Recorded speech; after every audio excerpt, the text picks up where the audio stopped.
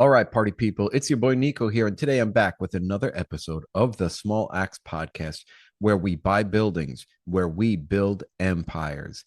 Now, if you're investing in multifamily just for cash flow, or just because somebody told you it's the path to freedom, you're missing the bigger picture. This isn't about overnight success, my peeps. It's about preserving your capital, your hard earned capital, growing it over time and building something real, something that lasts. Let's break down the real reason we invest in multifamily and how to think about cash flow, appreciation, and long term wealth the right way. Let's get into it. On last week's episode, I spoke a lot about just different metrics that we look at as investors.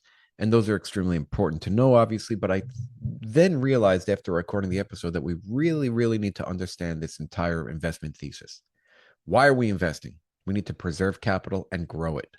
Number one, preserve. Number two, grow, which means you have to be starting with capital. If you don't have money or capital to preserve, then you're not preserving anything.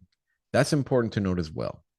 The primary reason we invest in multifamily real estate isn't to get rich quick, it's to preserve our capital. Think about it. If you have your money sitting in a bank, inflation is eating away at it. The stock market, if you're investing in that, is volatile and you can't trust it. That's why we turn to multifamily real estate. On top of that, a savings account gives you little to no interest. Although today's environment, you can get a decent return on a savings account, maybe even a CD if you lock it up, or a high yield treasury bond. Those are available for you today. So, what we do when we're investing in multifamily real estate is try to beat those returns in something that is a tangible asset that is fighting inflation, that is going to appreciate over time historically, right? It's never guaranteed, but historically it appreciates over time, where your capital is going to be working for you. When you park your investment, when you park your money in a multifamily deal, it is a real, tangible income producing asset. And once we preserve our capital in that tangible asset, we then move to profit. And that's the playbook. Preserve capital, generate yield, aka cash flow, force the appreciation, create an exit or a refi event. But that order matters because if you skip the first part and go chasing returns, you can lose everything. You got to understand that. So let's break this down a little bit. Cash flow versus appreciation. Some people search for cash flow and only invest for cash flow. Some people search for appreciation and only invest for appreciation. And some people do a mix of both. And there's give and take. You can't have all the cash flow in the world with the best appreciation, although sometimes those unicorn deals and market cycles happen, but it's not really the norm, to be honest with you. It's not the norm, and you got to be realistic, but it does happen. Now, when you're first getting started, cash flow is what most people chase. Okay. And it's your monthly income after expenses and debt service. So if you invest $100,000 and you got $8,000 this full year over the course of 12 months, in cash flow, you just made an 8% return, which is awesome. You want to beat 5%. If you can beat 5%, you're ahead of the game. And I'm not going to say that that's easy, especially in appreciation markets, but that's what I look for in appreciation markets, like the Central Florida market.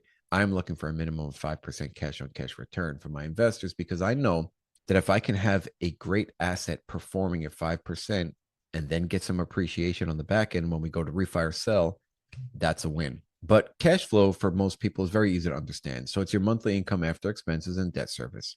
It keeps you liquid and it keeps the lights on. Okay. It's great, but it's also thin right now in today's day and age with higher expenses and higher interest rates. Insurance is up too, guys. Taxes are up too. And unless you bought years ago and found a killer deal, cash flow today is not life changing. You're not going to live off the cash flow. Again, $100,000 is a lot to invest for most of us. And if you're getting an 8% preferred return or an 8% cash on cash return, which is a great, absolute great return, it's only $8,000 a year. You're not living off that. You need 20 times that. You need $2 million minimum to live off of. Okay. So most of us, as the common investor investing 50, 100K, are not going to live off the cash flow, but it's a fail-safe. It's a protective or preventative measure against loss, in my opinion. So what are we banking on? Well, not necessarily appreciation alone, but a combination of cash flow and appreciation. But what is appreciation? There's two factors: market appreciation and forced appreciation. Market appreciation is the rising value of property over time, which has historically obviously been positive. Forced appreciation is when you increase the NOI by raising rents, raising income, reducing expenses, etc. Forced appreciation is where we shine as operators and you have some control over your property like a business. That's how you create equity out of thin air. Tighten up operations, you increase rents, increase income, reduce expenses, make the residents happy, and create a better cash flowing property that produces then a better or higher NOI that then produces a better valuation when you go to sell or refinance the property. But don't get it twisted. Forced appreciation is not easy. It's not something that anybody can do. It is very challenging to do. You need to be knowledgeable and you need to have experience. It's work, it's risk, it's turning a distressed asset, a mismanaged asset, a underutilized property into something that is stable and profitable. Got me? You feeling me? You vibing with me? Good. So why multifamily? Why not single family? Why not duplexes? Why not stocks? Well, multifamily is scalable. Let's say you underwrite one deal and that building has 10, 20, 30 units in it. So you're underwriting one deal and you get 20, 30 units. It's more stable. People always need a place to live. That is never going to go away. What happens in times of crisis and volatility is that people buddy up and room together. So you might not be able to raise rents. You might have more challenges filling units, but people will always need a place to stay. And typically in B or C locations, B or C properties, we're catering to a different type of clientele than somebody that's going to be buying a house. Our rents are typically lower than what it would be for them to purchase a house and pay for a mortgage. And that keeps us afloat. People will always need housing and people will always need affordable housing. Another reason why we choose multifamily is that it's tax advantaged. The government wants us to create housing for people. They are not in the business of housing people. Okay. So, us as multifamily operators and owners, we are incentivized by the government to give this housing or provide housing to people who need it. And we get rewarded through depreciation, through cost segregation, and in some cases, we might pay zero taxes legally. The government wants us to provide housing. Simple. And they reward us for it. Multifamily is also inflation resistant. The rents are going to go up. They may be flat right now or slightly increasing, but rents are going up as inflation is going up, weakening the dollar. It's very important to note. So, for example, we are asking $1,350 for our two-bed rents right now. A year ago, we were asking $1,400, $1,425. We're asking $1,350 because we need to fill the units, and that's where the market is.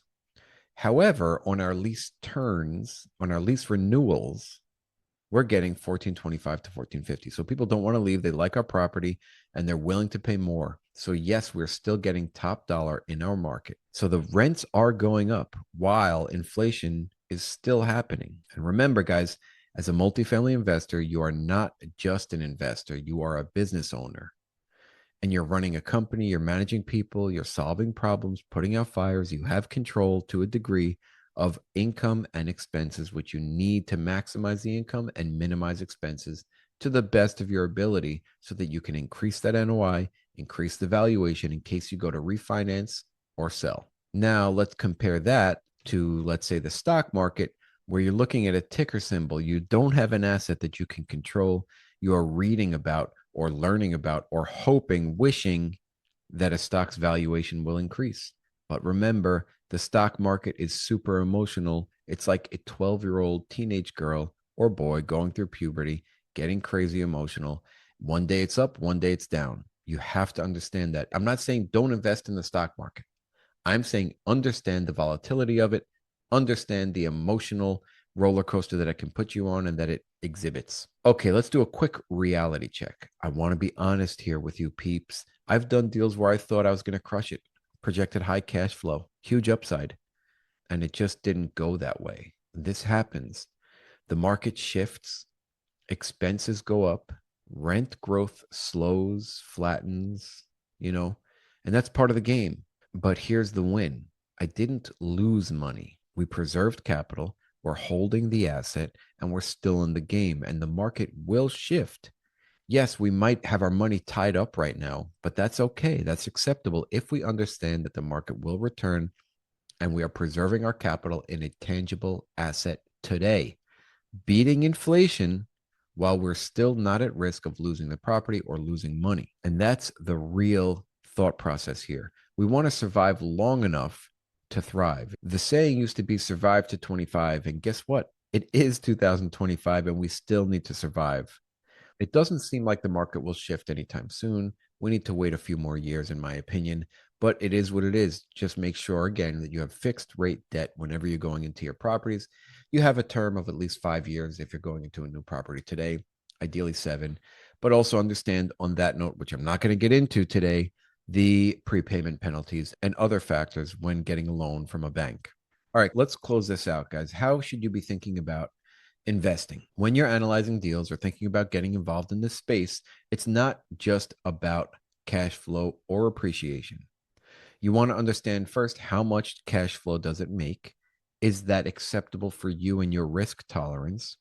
I recommend a minimum of 5% cash on cash. Does this deal protect my capital? Can I force value? Is there any sort of value play here as an owner operator or as an LP? What's the value? What's the business plan? Can you force the appreciation? Is there upside? So is my capital preserved here with a decent cash on cash return? Is there future light at the end of the tunnel? Can we force appreciation and get to a point where, yes, we have increased the NOI significantly enough? Is there that value? Does the value exist? Sometimes you're already maxed out. You're walking into a turnkey asset with no more value to be given or added. Okay, so that needs to be understood too. But are you getting cash today? Are you getting at least a 5% cash on cash return? Are you expanding your cap rate or increasing your cap rate at least 10 basis points a year and still making money? And if you are, when you're doing your deal analysis or whoever's deal you're looking at, if that is happening and everything looks realistic, excellent. Park your money there, because you know what? This is the first step to capital preservation. Put your money into a deal that makes sense. Number 2 is you're going to force appreciation. You're going to increase the NOI, enhance operations. And on top of the cash flow that is stable, you will get appreciation in the end, most likely if you do things right and the market is where it needs to be on the time of exit. On top of that, you're going to be paying down the debt service. So every month that goes by and you make a payment to the debt, you're decreasing the amount that you owe the bank, meaning you're getting more equity or ownership or building more equity in the property that you purchased. So when you go to sell, you have to pay the bank less money than you took out. Wonderful. And on top of that, you're beating inflation by having your money in a tangible asset that is increasing in rents, hopefully increasing in cash flow, or at least maintaining cash flow and increasing in appreciation. Multifamily is not about instant gratification. You got to be patient here. It's about building something durable that lasts. It's about building a machine that buys back your time, your freedom, and your legacy. But it takes work. I don't want to fluff that. It takes a lot of work. And if you're not into it, you got to invest as an LP. If you're not interested in putting hours and hours a day of your time into this business, then you need to invest as an LP. If this episode resonated with you and you want to go a little bit deeper on the metrics, the mechanics, etc., grab my multifamily credibility kit at smallactscommunities.com. That's my website. And if you're serious about doing your own deals, keep your eyes out for my full course launch coming soon. DM me today if you want to talk about my deal analyzer. I might just give you a free copy of it. And let's crush the day. Let's have an epic week. And just know, guys, come on. I'm your boy. I'm here for you. Have an awesome day. All right, and that's a wrap, Small Acts community. So I wanted to take a minute to say thank you so much for listening to the show. And if you liked it or got any value from it, it would really mean the world to me if you would share it with someone else and write a review. Remember, guys, keep sharpening those axes. Let's get out there. Let's crush it. Love you guys.